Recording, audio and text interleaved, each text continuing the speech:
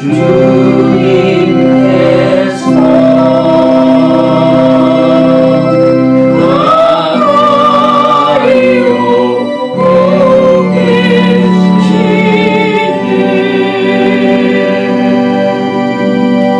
아멘.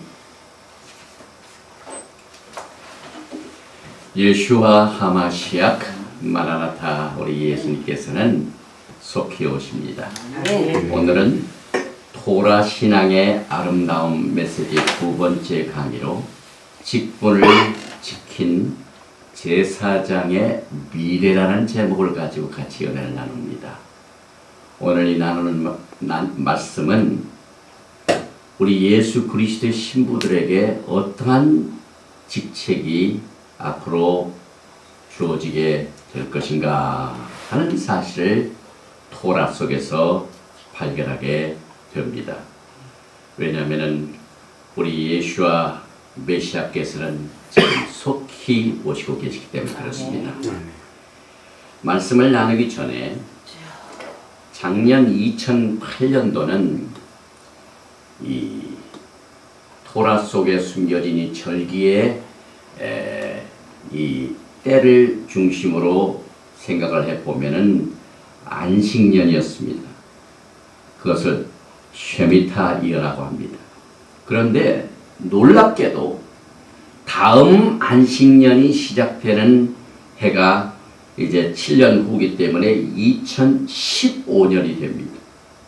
그런데 2008년과 2015년 사이에 놀라운 일들이 징조로 나타나고 있습니다. 저는 이것을 발표하면서 무슨 주님의 오심에 때를 이렇게 증거하고 또 날짜를 증거하는 것은 아닙니다. 우리 하나님께서 우리 믿는 성도들에게 신앙생활의 인도를 통하여 안내해주는 하나님의 카렌다를 소개할 뿐입니다. 다시 말하면 2008년도 4월 15일 그 2008년도 다음에 4월 15일 14년 또 10월 18일 14년 또 4월 4일 15년 9월 28, 15년 이것은 모두가 다 앞으로 있게 될 이 슈미타이어 안식년 그 전후로 해가지고 있게 될 이 하늘에서의 징조들이 나타납니다. 이 화면을 보면 정확히 안 나오지만 2018년 4월 15일 패스오버에 6월절에 피가 붉게 되는 사건이 벌어집니다. 또 2014년 10월 8일 이 초막절에 달이 붉어지는 역사가 피같이 변하는 역사가 벌어집니다. 또 니산 1일 3월 20일 2015년에는 완전 일식이 벌어집니다. 해가 완전히 달에 의하여 가려워져 가지고 껌껌하게 됩니다. 또 2015년 4월 4일 패스오버 이 기간 동안 또 달이 핏빛이 돼가지고 붉어지는 사건이 벌어집니다.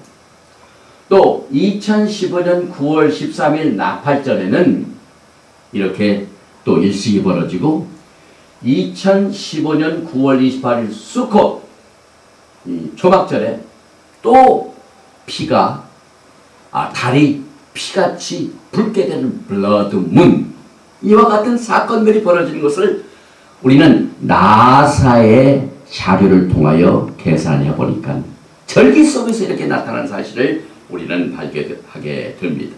그래서 성경은 이 달이 피같이 붉어지는 사건을 이렇게 경고하고 있습니다. 요엘서 2장 31절에 보니까 여호와의 크고 두려운 날이 이르기 전에 해가 두어지고 달이 핏빛같이 변하려니와 여호와의 크고 두려운 날이 점점점 다가오는 것을 지금 해와 달, 별들의 징조를 통하여 하나님께서 나타나시고 계십니다. 또 요엘서 3장 15절 이하에 보니까 해와 달이 캄캄하며 별들이 그 빛을 거두도다. 나 여호와가 시온에서 부르짖고 예루살렘에서 목소리를 바라니니 하늘과 땅이 진동되리로다. 그러나 나 여호와는 내 백성의 피난처 이스라엘 자손의 산성이 되리로다. 또 요한계시록 6장 10이라 한참 환란이 벌어지고 있는 때에 내가 보니 여섯째 인을 떼실 때에 큰 지진이 나며 해가 총당같이 검어지고 또 온 달이 피같이 되며, 이건 성경적인 예언이고, 앞으로 이네들 이 나사의 차를 성경적으로 해석해 보니까 정말 지금 우리가 살고 있는 이때가 보통 때가 아닙니다. 저는 분명히 믿기는 마지막 지만에 살고 있는 것을 믿습니다. 마태복음 24장 29절에 그날 환란 후에 즉시 해가 어두워지며 달이 빛을 내지 않냐며 별들이 하늘에서 떨어지며 하늘의 권능들이 흔들리로다. 이와 같은 사건이 예언이 되었습니다. 그래서 이 2008년이 슈미타의 안식년이고 2015년이 안식년인데 요 7년 기간 요 중에 무슨 일이 날지도 모르며, 또한 이와 같은 이 중요한 6월절, 나팔절, 초막절, 해수오버, 그 다음에 또 염키포, 이 속죄절이죠. 이건 수콧, 초막절에 이와 같은 하늘의 징조들이 성경에 예언된 사건을 알려주고 있습니다. 이것을 우리에게 경고로 보여주고 있습니다. 저는 오늘 이와 같은 비상시기에 살고 있는 우리들이 모두가 다 하나님의 백성들로서, 특별히 하나님의 택하심을 받은 백성들은 제사장의 직분을 갖게 됩니다. 그런데 이 제사장의 직분을 가지고 있는 사람들 중에 그 직분을 잘 지킨 사람들이 어떠한 미래를 갖게 될 것인가 하는 내용들을 오늘 이 토라 신앙의 아름다움을 살펴보면서 같이 뜻을 나눕니다.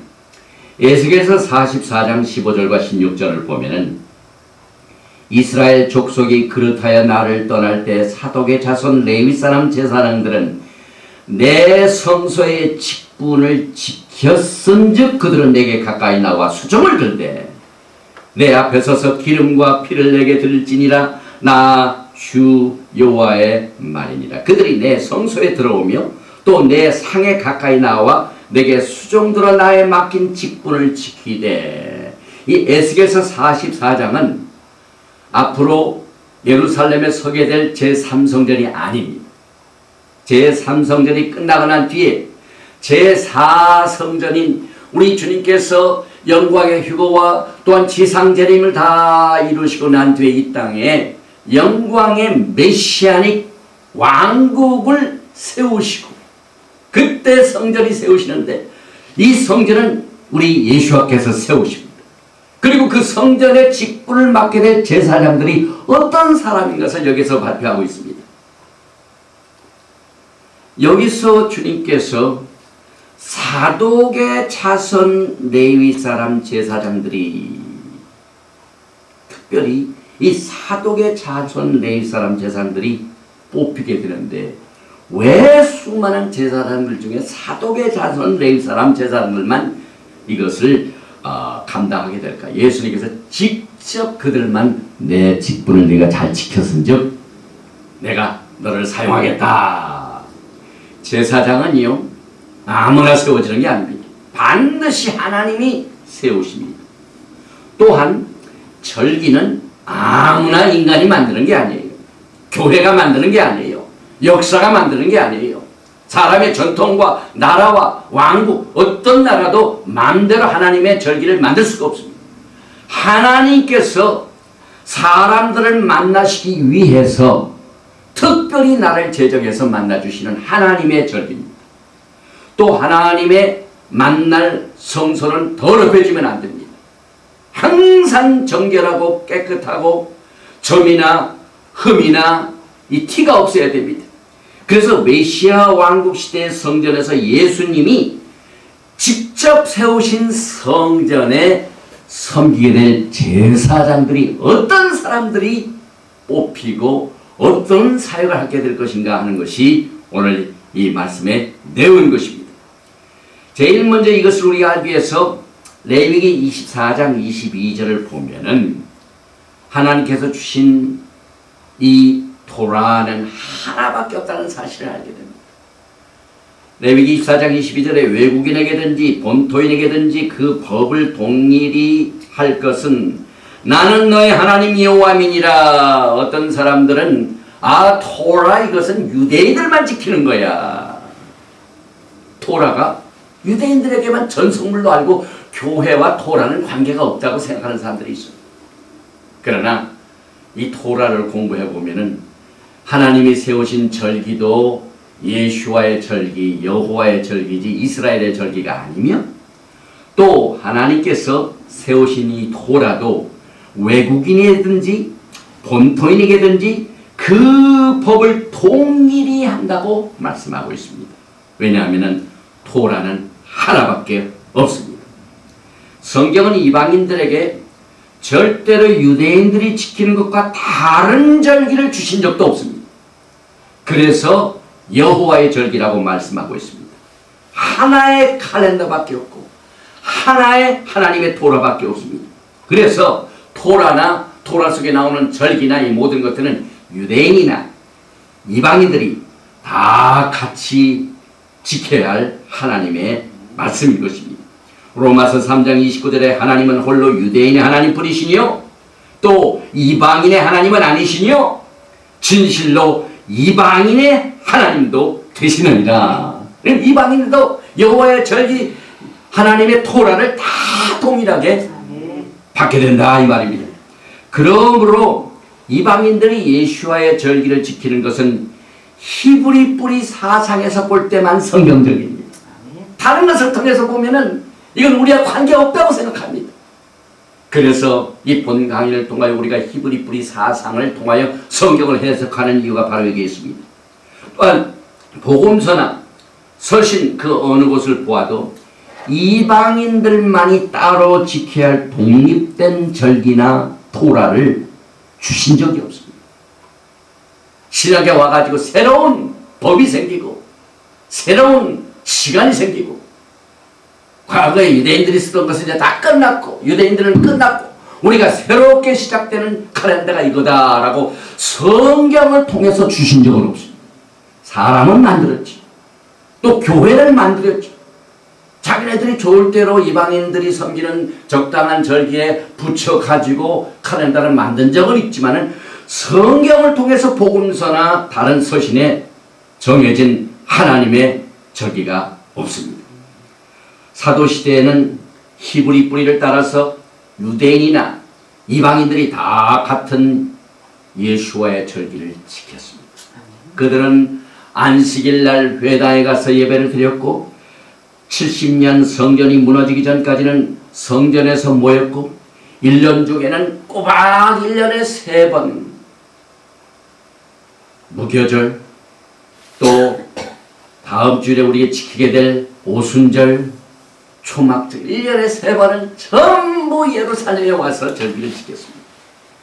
그러나 이방인들을 중심으로 한 기독교가 히브리 뿌리를 떠나면서부터 예수와의 절기를 등한히하기 시작했습니다.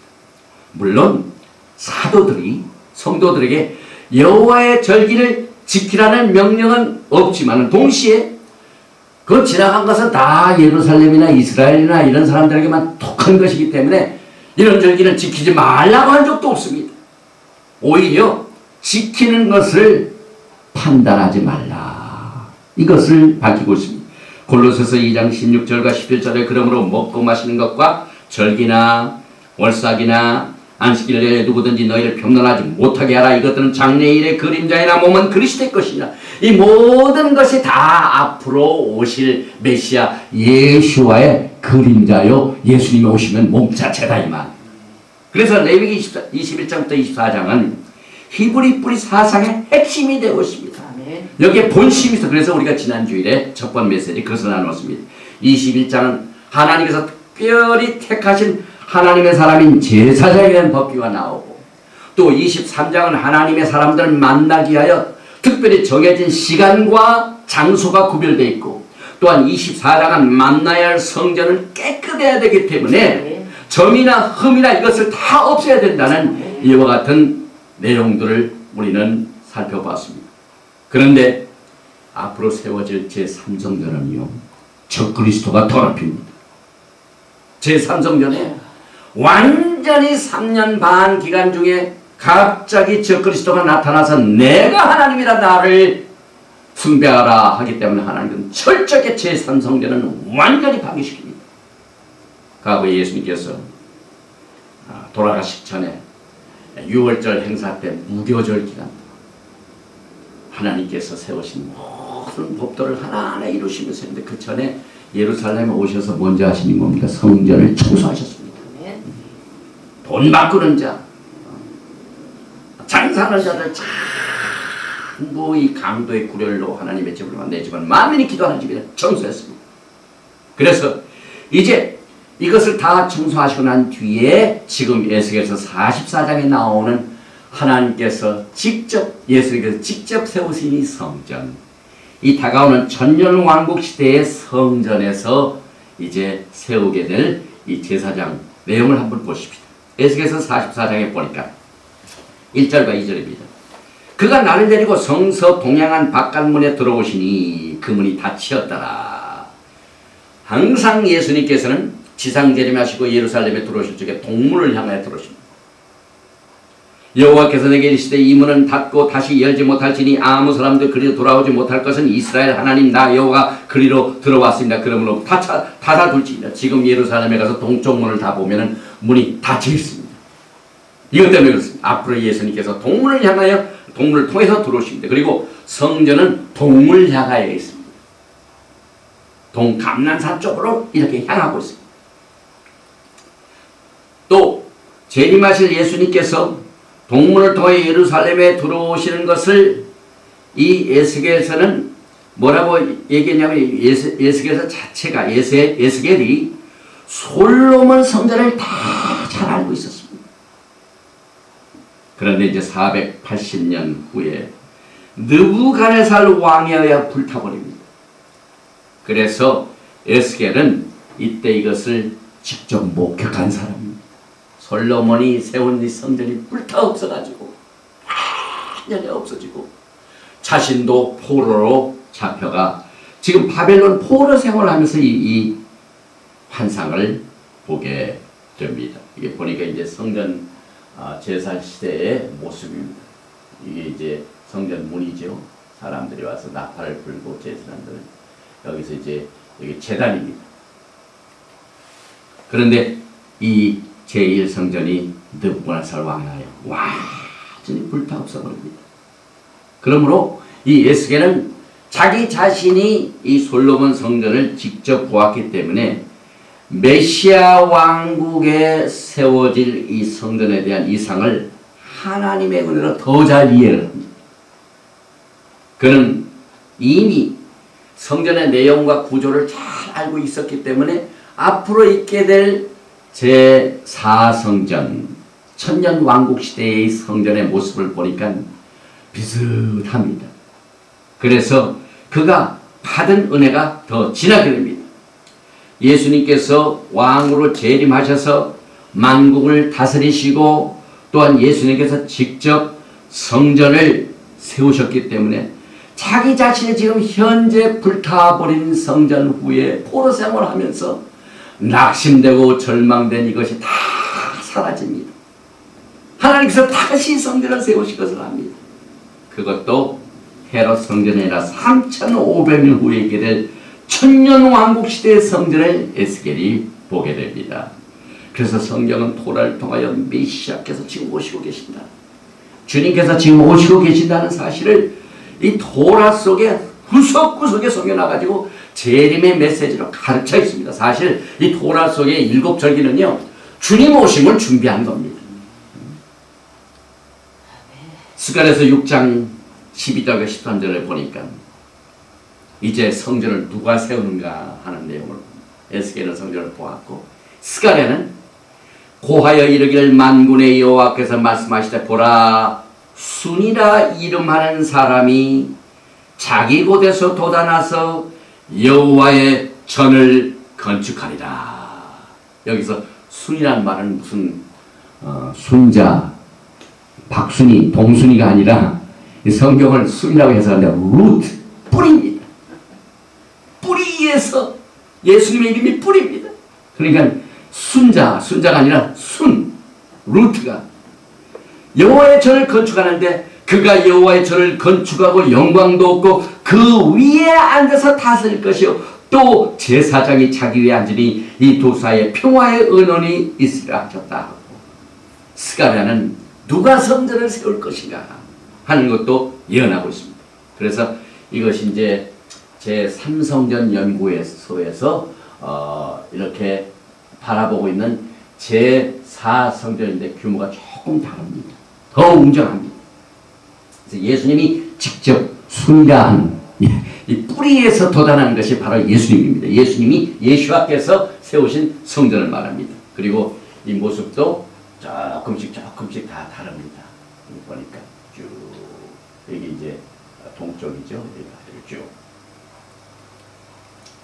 지금 이스라엘이 재건을 준비하고 있는 제3성전 자체는 주님이 거기에서 성전을 사용할 수가 없습니다. 왜냐하면 적그리스도가 이미 성전을 더럽혔기 때문에 그렇습니다. 그래서 이제 천년왕국 시대에 성전이 세워지게 되면은 거기에 제사장을 어떻게 뽑을 것인가 굉장히 궁금하죠. 이것은 재림을 사모하는 많은 백성들과 또 주님을 섬기는 종들에게는 굉장히 예민한 부분입니다. 이 땅에서 아무리 내가 주님을 잘 섬겼다지만 그때 가서 주님이 뽑아주지 아니하시면은 아무런 소용이 없지요. 그래서 미리 앞으로 주님께서 성전을 세우시게 되면 천년왕국 시대에 어떠한 사람을 제사장으로 뽑으셔서 사용하시는가 하는 내용들이 상당히 저에게는 관심사고 또 이 메시지를 듣는 여러분과 공부하고 있는 신학생 여러분들도 앞으로 주의 종이 돼가지고 하나님을 섬기는데 지상에서 목회 크게 하는 것이 문제가 아니라 영원 세계에서 주님이 세우신 성전에서 잘 쓰임받는 것이 이 궁극적인 목적이 되어야 되기 때문에 이와 같은 신학훈련이 지금 필요합니다. 여기 보니까 이스라엘 족속이 그릇하여 나를 떠날 때에 사독의 자손 레위 사람 제사장들은 내 성소의 직분을 지켰은즉 그들은 내게 가까이 나와 수종을 드되 내 앞에 서서 기름과 피를 내게 드릴지니라 나 주 여호와의 말이니라. 그들이 내 성소에 들어오며 또 내 상에 가까이 나와 내게 수종들어 나의 맡긴 직분을 지키되. 오늘 본문 말씀입니다. 여기에 나, 내 이거 전부 예수와를 말합니다. 예수님의 성소의 직분, 예수님께 가까이 오고 예수님께 드리고 예수와 성소가 되고 예수와의 상이 되고 예수와를 수종들고 그 직분을 지키는 것도 예수와를 섬기기 위한 겁니다. 그럼 누가 사독의 자손입니까? 이것을 보기 위해서 또 토라로 돌아갑니다. 사무엘상 15장 10절에 보니까 이에 압살롬이 정탐을 이스라엘 모든 집밖 가운데 두루 보내어 이르기를 너희는 나팔 소리를 듣거든 곧 부르기를 압살롬이 헤브론에서 왕이 되었다 하니라. 이때 당시는 지금 이 다윗이 아주 어려울 때입니다. 다윗은 유다지파였습니다. 그런데 이 유다지파에 있는 사람들이 다윗을 지지하지 않고 또 이스라엘도 전부 압살롬을 지지합니다. 그래서 이제 압살롬이 자기가 왕이 되려고 다윗 왕을 찬탈하고 이제 정탐꾼을 보내가지고 나팔 소리를 듣거든 압살롬이 헤브론에서 왕이 되었다라 하고 선포하고 자꾸 지금으로 말하면은 텔레비전 방송을 통해 계속해서 광고를 합니다. 신문을 통해 계속 광고를 뜹니다. 그런데 사무엘하 15장 13절과 14절 보니까 사자가 다윗에게 와서 고하되 이스라엘의 인심이 다 압살롬으로 돌아간나이다 한지라. 다윗이 얼마나 가슴이 아프겠습니까? 그래서 다윗이 예루살렘에 함께 있는 모든 신복이 이르되 일어나 도망하자. 그렇지 않으면 우리 한 사람도 압살롬에게서 피하지 못하리라. 빨리 가자. 두렵건대 저가 우리를 급히 따라와서 해야 하고 칼로 손을 칠까노. 지금 현역 왕이 다윗 왕이 지금 쫓겨나 위협을 받습니다. 그 사람들이 전부 자기 지파도 유다 지파도 압살롬을 지지합니다. 그래서 이제 도망하기를 작정을 하고 지금 다윗이 지금 도망갑니다. 성 밖으로 쫓겨납니다. 계속해서 사무엘하 15장 23절에 보니까 온 땅 사람이 대성동곡하며 모든 인민이 앞서 건너가며 왕도 기드론 시내를 건너가니 건너간 모든 백성이 광야길로 향하니라. 이제 성 밖으로 나와가지고 쫓겨납니다. 많은 사람들이 대성통곡을 합니다. 왕이 왕권을 이제 쫓겨나가지고 그 키드론 시내로 이렇게 지금 도망갑니다. 그런데 우리는 이 토라 속에 예수님께서 초림하셨을 적에 피를 흘리시는 어린 양께서 똑같이 일을 행하셨습니다. 그래서 그동안 토라를 통하여 속죄절에 속죄의 염소를 데려갈 때 똑같이 키드론 밸리를 통하여 가게 됩니다. 억울한 죄를 짊어진 이 스케이트고트도 키드론 시내에 가서 그 광야길로 쫓겨납니다. 사독과 그와 함께한 모든 레위 사람이 하나님의 언약궤를 메다가 내려놓고 아비알들도 올라와서 모든 백성이 성에서 나오기를 기다립니다. 이제 다윗 왕이 쫓겨가니까 성전에 가가지고 언약궤를 메가지고 지금 성 밖으로 지금 가지고 나왔습니다. 그래서 왕이 사도에게 이르되 하나님의 궤를 성으로 도로 메어 가라. 만일 내가 여호와 앞에서 은혜를 얻으면 도로 나를 인도하사 내게 그 궤와 그 계신대를 보이시라. 여기에 다윗이 위기 속에서요, 자기가 쫓겨갈 적에 하나님의 언약궤를 같이 가지고 나왔습니다. 그런데 다윗의 마음이 변합니다. 마음을 바꾸어 먹습니다. 그래서 자기가 사랑하는 이 사독에게 하나님의 궤는 다시 하나님의 전으로 갖다 놓으라. 하나님께서 나에게 은혜를 주시면 다시 나를 예루살렘으로 인도하시라. 이렇게 결심을 합니다. 그래서 원래 이 언약궤를 가지고 도망했던 것들을 취소하고 언약궤를 다시 돌아놨습니다. 그래서 여기 보니까 아까 제가 말씀했던 이게 이제 성전이 여기 있죠. 여기에 감난산입니다. 이 감난산과 이 성전 이 동쪽입니다. 키드론 밸리가 쫙 있습니다. 키드론 골짜기입니다. 여기에 똑같은 성전인데요. 이쪽이 감난산이 동쪽입니다. 성전이 이를 향하고 있습니다. 그리고 요 감난산과 성전 중간에 깊은 골짜기 키드론 밸리, 키드론 골짜기. 제사를 드릴 적에 그 수많은 짐승의 피리 이 키드론 골짜기를 통하여 흘러나옵니다. 엄청난 양의 피가 그 골짜기를 통하여 나옵니다. 여기서 우리는 이 다윗을 보면서 예수와의 모형을 봅니다. 사무엘하 15장 28절에 보니까 너에게서 내게 구하는 기별이 올 때까지 내가 광야 나루트에서 기다리리라. 사독과 아비아달이 하나님의 궤를 예루살렘으로 도로 메어다 놓고 거기 요하니라. 다윗이 감난산 길로 올라갈 때 머리를 가리우고 맨발로 울며 행하고 저와 함께 가는 백성은 각각 그 머리를 가리우고 울며 올라가냐. 이 다윗이 이제 쫓겨나는 장면입니다. 그러면서 다시 언약궤를 예루살렘에 보내게 한 뒤에 너희에게서 내게 구하는 기별이 올 때까지 나는 광야에 있겠다. 이게 무슨 말입니까?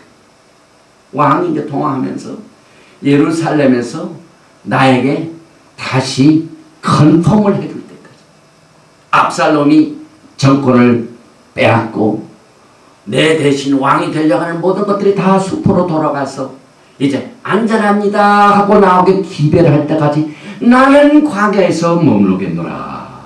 이 장면입니다. 그리고 맨발로 머리를 가리우고 울며 백성들과 함께 그 광야길로 가기 위해서 감난산 쪽으로 키드론 밸리 쪽에서 지금 가는 모습입니다. 여기서 쫓기는 다윗의 모습은 히브리 뿌리를 통해서 비춰주는 메시아 예수 그리스도의 십자가의 사건. 이 주님께서 왕으로 오셨건만 예루살렘에 no thank you, 만화의 왕 만주에 오셨건만 쫓겨났습니다. 십자가를 지고 광야 길로 가셔서 주님께서는 끝내 피를 흘리시게 됩니다. 그러면서 하실 말씀이 너희에게서 내게 고하는 기별이 올 때까지 내가 광야 나루톤에서 기다려. 이 말은 무슨 말이냐면은 여호와의 이름으로 오시는 자여 하고 예수님의 재림을 환영할 때까지 나는 여기 있지 않겠다. 지금 주님께서 아직도 예루살렘에서 주님 어서 오시옵소서 왕으로 오시옵소서 하고 환영하는 기별이 아직은 없습니다. 그래서 주님이 안 오신 겁니다. 그래서 주님은 유대인들이 자기를 왕으로 다시 환영할 때까지 오시지 않았습니다. 아직은 오실 때가 거의 가까이 왔습니다. 지금 우리가 히브리를 통해서 이스라엘 내용들을 보면은요, 지금 이스라엘이나 유다가요 얼마나 메시아의 오심을 기다리는지 모릅니다. 그래서 이제 기별을 보낼 때가 됐습니다. 어서 오세요. 지금 안전합니다. 이게 얼마나 주님의 재림의 그림자가 아주 기가 막힌 방법으로 여기에서 예언되고 있는지 모릅니다. 그래서 다윗은 감난산의 겟세마네 동산에서 머리를 가리우고 맨발로 울며 흐느끼는 모습을 통하여 주님의 고난을 여기서 모형으로 나타나고 있습니다. 성에 자기 주인이 쫓겨나가지고 예루살렘에 다윗이 왕이 쫓겨나가지고 지금 아직 들어가지 못하고 있어요. 기별이 올 때까지 기다린다. 사무엘하 15장 32절에 보니까 다윗이 하나님을 경배하는 마루독에 이를 때에 아렉 사람 후세가 옷을 지고 뿔에 무릅쓰고 다윗을 맞으러 온지라. 하나님을 경배하는 감난산 마루독은 예수님께서 십자가에 돌아가신 골고다입니다. 저는 이 골고다의 위치에 대하여 이것 자체가 어느 누가 옳다라고 이렇게 주장을 내가 옳다라고 주장하는 이와 같은 입장에서 제가 말씀을 드리는 게 아니라 히브리 뿌리를 통해서 오늘 이 사무엘하 15장 30절의 말씀을 보니까 다윗이 도망가가지고 고난당하고 머리를 숙이고 맨발로 도망가가지고 그 감난산 마루토, 하나님을 경배하는 마루토, 이것은 십자가가 있었던 곳이 감난산이죠. 그리고 과거에 속죄절에 속죄 양도 똑같이 동물을 향하여 감난산 저쪽으로 데리고 가가지고 그 감난산 쪽에서 동물을 쭉 보면은 성전문이 보입니다. 그래서 대제사장이 거기에 안수를 합니다. 그러니까 예수님도 똑같이 십자가에 돌아가실 적에 거기에서 돌아가신 것이 이 다윗이 쫓겨나가지고 지금 오늘 보니까 하나님을 경배하는 마루토게, 이것을 통하여 우리는 이것을 알 수가 있습니다. 누가복음 19장 37절에 이제 주님께서 돌아가시기 직전입니다. 이미 감난산에서 내려가는 편까지 가까이 오심에 제자의 온 무리가 자기의 번과 모든 능한 일을 행하여 기뻐하며 큰 소리로 하나님을 찬양하며, 또 이제 주님께서 가까이 오사 예루살렘을 보시고 우십니다. 누가복음 19장 41절과 42절입니다. 가까이 오사 성을 보시고 우시며 가라사대 너도 오늘날 평화에 관한 일을 알았다면 좋을 뻔하였거니와 지금 내 눈에 숨기웠도다. 주님께서도 십자가에 돌아가시기 전에 예루살렘에 입성하셔서 종료주님입니다. 예루살렘을 향하여 보고 오셨습니다. 똑같습니다. 그리고 난 뒤에 누가복음 19장 43절과 44절에 보니까 날이 이를지라 내 원수들이 토성을 쌓고 너를 둘러 사면으로 거두고 또 너와 및 그 가운데 있는 내 자식들을 땅에 메어치며 돌 하나도 돌 위에 남기지 아니하리니 이는 권고받는 나를 내가 알지 못함은. 주님께서 이제 얼마 안 있으면은 이 성전에 돌이 돌에 하나도 남지 않도록 다 멸망하게 될 터인데, 그 이유는 내가 권고받는 날을 알지 못하기 때문이죠. 이게 무슨 말입니까? 헤롯의 성전은요, 사람들이 예수 그리스도의 오심의 때를 알지 못하고 있었기 때문에 거기에서 멸망한다.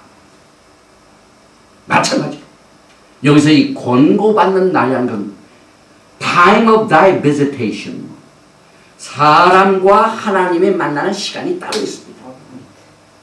1년 동안 7절기를 통하셔서 하나님께서 절기를 딱 주시고 그 모ed, 어포인먼트, 사랑하는 사람끼리 만나는 시간과 장소입니다. 그런데 이것을 알지 못했기 때문에 너희들이 공고받는 날을 무시했기 때문에 이 성전이 파괴당한 거야. 오늘날 크리스찬에게도 마찬가지입니다. 주님의 오심의 발작 소리를 듣기 위하여 우리는 전심전력을 다해서 귀를 소재하고 눈을 뜨고 깨어있어서 주님의 오심의 발작 소리를 들어야 되는데 주님께서는 얼마나 거인과 자기가 많아서 시간표를 주셨습니다. 7절기를 주셨습니다. 그런데 아직 교회가 주님의 오심의 때에 대해서 관심도 없고 공고받는 날도 알지 못하기 때문에 그와 같은 교회와 성도들은 낭패를 당합니다. 성전이 부서지는 것처럼 완전히 낭패를 당합니다. 그래서 그 4가지 그룹들이 거기에 속하죠. 거기 보면은 기름을 준비한 처녀 가운데 5 처녀는 정말 기름을 잘 준비했죠. 5 처녀는 기름을 준비하고 미련한 처녀. 좀 왔어도 신랑을 기다렸지만은 그 기름을 준비하지 못해가지고 공고만을 하지 못해서 들어가지 못했죠. 그 기름 자체가 토라는 성령과 말씀입니다. 그래서 오순절날, 다음 주입니다. 오순절날 제1회 오순절날에 말씀 토라 주시고 예수님께서 부활 승천하실 때 제2회 오순절날에 성령을 주십니다. 토라와 성령, 토라 루아 하코데시, 이 2개가 기름. 그 다음에 성경을 보면은 악한 종이 주인이 더디오리라 한 종, 주님의 권고의 나라 알지 못하기 때문에 낭패를 당합니다. 또 연계시록의 4대 교회, 죽은 교회, 주님 오심에 대해 완전히 죽었습니다. 그 다음에 마지막 시대에 주님이 오시는지 안 오시는지 알지도 못하고 내가 부유하여 모든 것이 다 풍족하다. 그러니까 뭐 주님이 오시는 것도 알지도 못하고 뜨겁지도 않고 찼지도 않고 그냥 적당히 그냥 모든 것이 다 좋은 게 좋다 해가지고 미지근한 교회, 이런 교회는요 주님의 오심에 권고의 날을 알지 못하기 때문에 졸지당하게 되는 것입니다. 그리고 이제 여기서 우리가 또 한 가지 이 토라를 통하여 주님의 오심에 대한 자세를 배우게 됩니다. 이 제사장은요 정말 주님의 오심에 대해 민감해야 됩니다. 이제 압살롬이 하나님의 뜻에 하여 죽임을 당합니다. 지가 왕이 되려고 반항을 했지만은 목숨을 잃어버립니다. 그리고 난 뒤에 이제 사무엘상 19장에 보니까 우리가 토라를 통하여 이제 그 뿌리를 통해서 한번 봅니다. 앞으로 일어날 일을 우리가 찾아봅니다. 왕이 일어나 성문에 앉으매 혹이 모든 백성에 구하되 왕이 문에 앉아 계시다 하니 모든 백성이 왕의 앞으로 나오니라. 이스라엘은 이미 각기 장막으로 도망하였더라. 이 왕이 딱 앉았던 문이 지금 성문입니다. 예루살렘에 이렇게 성이 쭉 있는데 아직 가운데 곳이지 않고 왕이 성문에 있다는 것은 이것은 심판을 말하며 외곽지대입니다. 아직은. 그런데 이스라엘 모든 지파 백성들이 변론하여 가로되, 여기서 이스라엘 지파들은 압살롬을 지지하던 사람들, 다윗을 배반하고 압살롬을 지지하던 이스라엘입니다. 그런데 자기가 지지하는 압살롬이 이제 죽었습니다. 입장이 굉장히 곤란하게 됐죠. 그런데 왕이 우리를 원수의 손에서 구원해내셨고 또 우리를 블레셋 사람의 손에서 구원하셨으나 이제 압살롬을 피하여 나라에서 나가셨고 우리가 기름을 부어 우리를 다스리게 한 압살롬은 싸움에 죽었거늘 이제 너희가 어찌하여 왕을 도로 모셔올 일에 잠잠하고 있느냐 하니라. 이게 이제 주의 나라가 속히 임할 것을 알고 믿고 그동안 세상 왕을 섬겼던 사람이 이제 메시아 왕 예수님께서 곧 오셔서 왕국을 세우시니까 새로운 왕을 맞이할 준비를 지금 여기서 이제 하나하나 준비하게 되는데 어째 이제 시대가 이렇게 됐으니까 빨리 다윗 왕을 모셔오는 일에 왜 이렇게 느긋하겠느냐, 왜 잠잠하고 있느냐 하는 내용입니다. 저도 동일한 얘기를 합니다. 지금 세상 왕을 섬기던 우리들이 이제는 닭 쫓던 게 뭐예요? 쳐다본 것처럼요. 이 세상 왕 적그리스도는 이미 다 심판을 받게 됩니다. 이제 압살롬은 적그리스도의 모형입니다. 그래서 세상 사람들이 참 이스라엘도 유다도 전부 압살롬을 지지했다가 왕이 딱 죽습니다. 적그리스도는 7년 환란 기간 이내 끝장을 보게 됩니다. 7년 환란이 끝나고 난 뒤에 새로운 왕 메시아가 오십니다. 다윗 왕이 이제 다시 즉위하게 됩니다. 그래서 이때에 왜 새로운 왕을 다시 다윗 왕을 모셔오는 일을 왜 이렇게 머뭇머뭇하느냐. 저도 담대히 말합니다. 여러분 신학생 여러분들과 교인 성도 교회 성도들에게 지금 예수님께서 곧 왕으로 새로운 왕국을 세우시기 위하여 메시아 왕국을 세우시기 위하여 주님이 곧 오시는데요. 이 왕을 모셔야 되는 일에 다시 말하면 아멘 주 예수여 어서 오시옵소서라는 이 말을 왜 이렇게 머뭇머뭇하느냐. 담대히 지금 주여 오시옵소서. 이제 세상 왕은 이제 곧 끝이라니 압살롬은 죽습니다. 우리의 신앙 재림신앙을 여기서 히브리 뿌리가 가르치고 있습니다. 이래서 이제 다윗 왕이 사독과 아비아달 두 제사장의 기별하기를 너희는 유다 장로들에게 고하여 이르기를 왕의 말씀에 온 이스라엘 왕을 궁으로 도로 모셔오자 하는 말이 왕께 들렸거늘 너희는 어찌하여 궁으로 모시느냐. 나중에 여기서 무슨 말이냐면 이제 압살롬을 쫓던 이스라엘 백성들은 머리가 빨리 돌아가지고 이제 왕이 바뀌었으니까 왕을 빨리 오셨는데 왜 우리가 이렇게 머뭇하냐 하고 이와 같은 회개운동이 벌어지고 있는데 유다 족속 자체가 아직 정신을 못 차리고 있습니다. 그래서 다윗 왕이 사독과 아비아달 두 대사들에게 알려서 너희는 가서 온 이스라엘 왕을 궁으로 도로 모셔오자 하는 이 말이 나에게 들렸거는 이 유다 지파 너희들은 어찌하여 나를 궁으로 모시느냐. 나중에 되느냐. 앞장서서 주님의 오심을 준비해야지 맨 뒤에서 나중에 되느냐 하는 말입니다. 그러면서 다윗이 말하기를 너희는 내 형제요. 다윗이 유다 지파에게 얘기합니다. 내 고르게를 어찌하여 왕을 도로 모셔오는 일에 나중에 되리여 하셨다 하고 지금 예수님은 유대인이십니다. 히브리 뿌리를 통해서 예수님께서 유다 지파를 통해서 오셨습니다. 그런데 정통파 유대인들은 아직 메시아를 모시지 못합니다. 물론 유대인 중에서 메시아를 구세주로 믿는 사람들은 이미 다 영접해서 왕으로 모시고 있는데 지금 유독 유대인 정통파 아직도 막 수용기가 아주 신앙이 좋은 사람인데 아직 예수님을 몰라요. 같은 고륙지파 그 메시아 왕 예수님이 진짜 메시아신데도 불구하고 아직 왕으로 모시지 않는 이를 향하여 너희가 내 형제인데 내 고륙인데 어찌하여 왕을 도로 모시는데 나중에 돼요. 사실 나중이죠.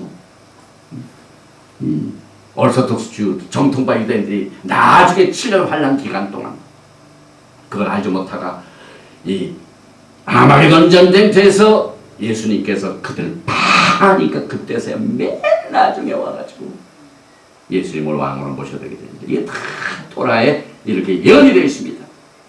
그래서 마지막 때 일어날 예수님의 재림과 병행되는 사건이 다윗이 쫓겨갔다가 다시 돌아오는 일을 통하여 우리에게 이것을 가르치고 있습니다. 그래서 이제 히브리 뿌리와 예수님의 재림하는 것이다. 지금 우리가 살고 있는 이 시대는요, 예수님께서 재림하실 날이 눈앞에 다 왔기 때문에 어찌하여 유대인들은 예수님 왕으로 모시는 일에 맨 나중에 되려고 하느냐라고 묻는 히브리 뿌리의 예언적인 말씀을 통해서 지금 우리가 살고 있는 시대를 보게 됩니다. 사실 유다는 압살롬을 지지했습니다. 지금 교회가요 자칫살짝하면은 메시아 오실 예수님보다는 이 세상 왕을 그렇게 좋아해요. 이 세상에 제일 된 것, 다스리는 것, 크게 된 것, 권력과 재물과 막 이런 것이 남을 다스리고 크게 되는 것을 교회가 그렇게 좋아합니다. 이건 압살롬을 성립합니다. 근데 그 왕은 곧 죽게 됩니다. 그래서 빨리 우리도 다시 오실 예수 그리스도를 왕으로 모시는 일에 맨 나중에 되지 마라. 앞장을 서야 되고 앞장서기 위해서는 주님이 오실 권고하는 날 이제라도 늦지 않기 때문에 예수와의 절기를 우리가 공부하면서 다시 오실 왕을 모셔드릴 준비를 우리가 교회가 해야만 됩니다. 그래서 열왕기상 1장 24절에 보니까 이제 나단이 가로되 내 주 왕께서 이르시기를 아도니아가 나를 이어 왕이 되어 내 위에 앉으리라 하셨나이까?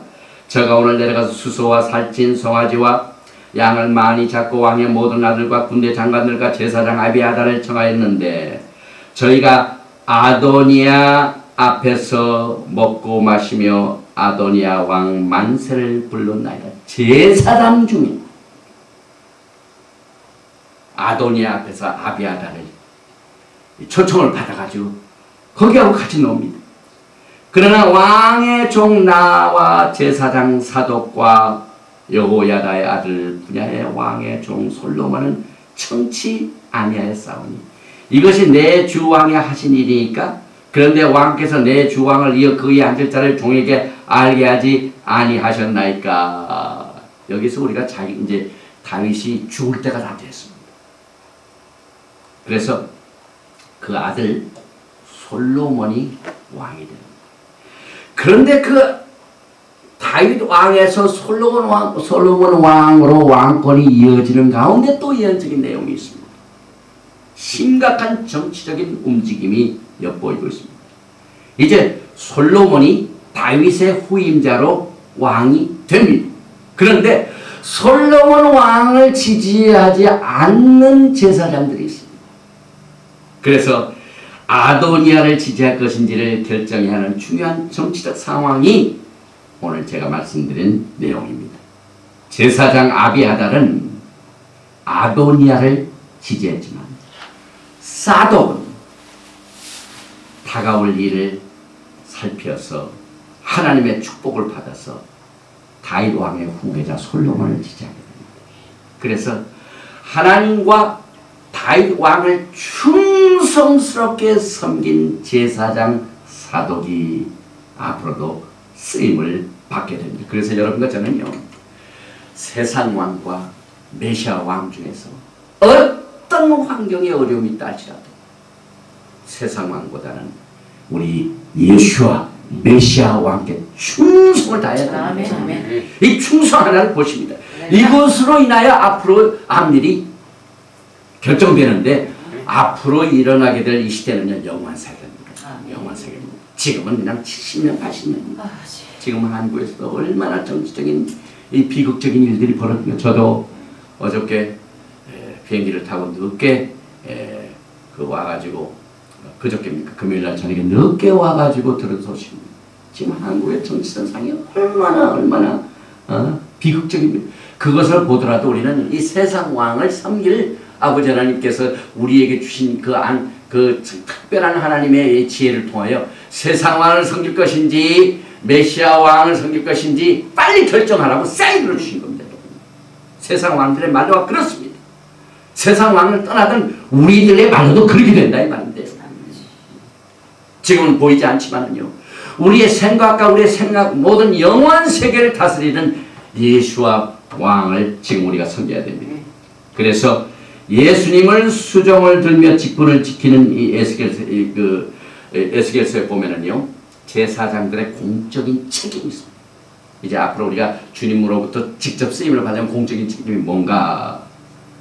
여기 보니까 예수님을 수종을 들며 직분을 지킵니다. 앞으로 우리가 주님의 뽑힘을 당하면은 직접 신랑 되신 예수님 가장 가까운 데서 신부를 되십니다. 에스겔서 44장 10절입니다. 이스라엘 족속이 그렇게 나를 떠날 때 사독의 자산 레위 사람 제사장들은 내 성소의 직분을 지켰은즉 그들은 내게 가까이 나와. 오늘 본문 말씀이 얼마나 대제사장이신 예수와 메시아와 섬기는 제사장 간에 이렇게 가깝습니다. 수종을 듭니다. 그 다음에 이제 주님께 쓰임받는 직분을 가진 제사장은요, 토라를 가르친다. 예수께서 44장 23절에 내 백성의 거룩한 것과 속된 것의 구별을 가르치며 부정한 것과 정한 것을 분별하게 할 것이며, 이게 뭡니까? 다 토라에서 나옵니다. 여러분. 이 세상에 살면서도요, 뭐든지 속된 것도 있고 거룩한 것이 있고, 백성도 거룩한 백성이 있고 속된 백성이 있고, 이것을 우리가 영분별할 줄 알아야만 됩니다. 그래서 천년왕국 시에도 거룩한 것, 속된 것, 부정한 것과 정한 것이 있다는 사실을 우리는 알게 됩니다. 지금부터라도 늦지 않았기 때문에 토라의 뿌리로 돌아가서 이것을 가르칠 줄 알아야만 되는 것입니다. 또 송사하는 일을 재판하게 됩니다. 에스겔서 44장 24절 이하에 보니까 송사하는 일을 재판하되 내 규례대로 재판할 것. 내 규례는 뭡니까? 토라 규례가 됩니다. 여러분. 앞으로 또 정한 절기를 지키게 됩니다. 에스겔서 44장 24절에 내 모든 정한 절기는 내 법도와 율례를 지킬 것이며, 여기 절기 지키는 것이 유대인들에게만 속하는 것이 아니라 분명히 레위기 23장에 보면 영원한 규례라고 하신 그 내용을 증거하게 하여 천년 왕국 시대에 성소를 세우신 우리 메시아 왕께서 제사장들을 거느리시고 사역하실 적에 그 제사장들이 내 모든 정한 절기는 내 법도와 율례를 지킬 것이며, 절기도 지키고 법도와 율례가 뭡니까? 토라입니다, 여러분.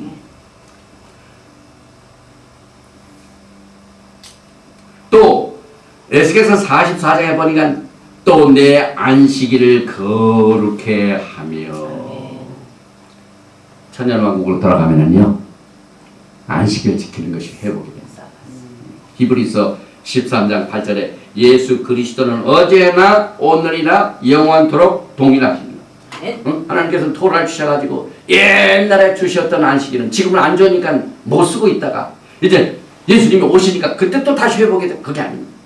어제나 오늘이나 영원토록 동일하신 메시아께서는 큰 말을 하시고 그대로 하십니다. 그렇기 때문에 이런 이 주의 날 안식일을 거룩히 지키는 것, 이것을 우리가 마음에 늘 생각하며 사실상 이 안식일 지키는 것이 가장 기본적인 절기입니다. 하나님께서. 왜냐하면 제일 짧기 때문에, 일주일 내에 오기 때문에, 제일 빨리 오기 때문에. 그 다음에 메시아 왕국 시에 제사장들의 개인적인 책임이 있는데 시간이 많이 가서 그 모든 이 내용들이 이 슬라버스로 오기 때문에 간단히 하겠습니다. 첫째, 땀이 나지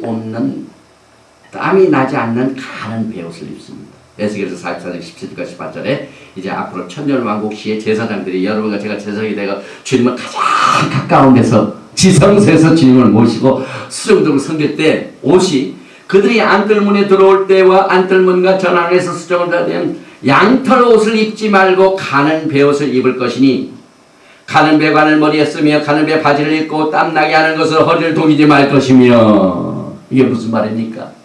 전부 여름복으로 갈아입으라는 말은 아닙니다.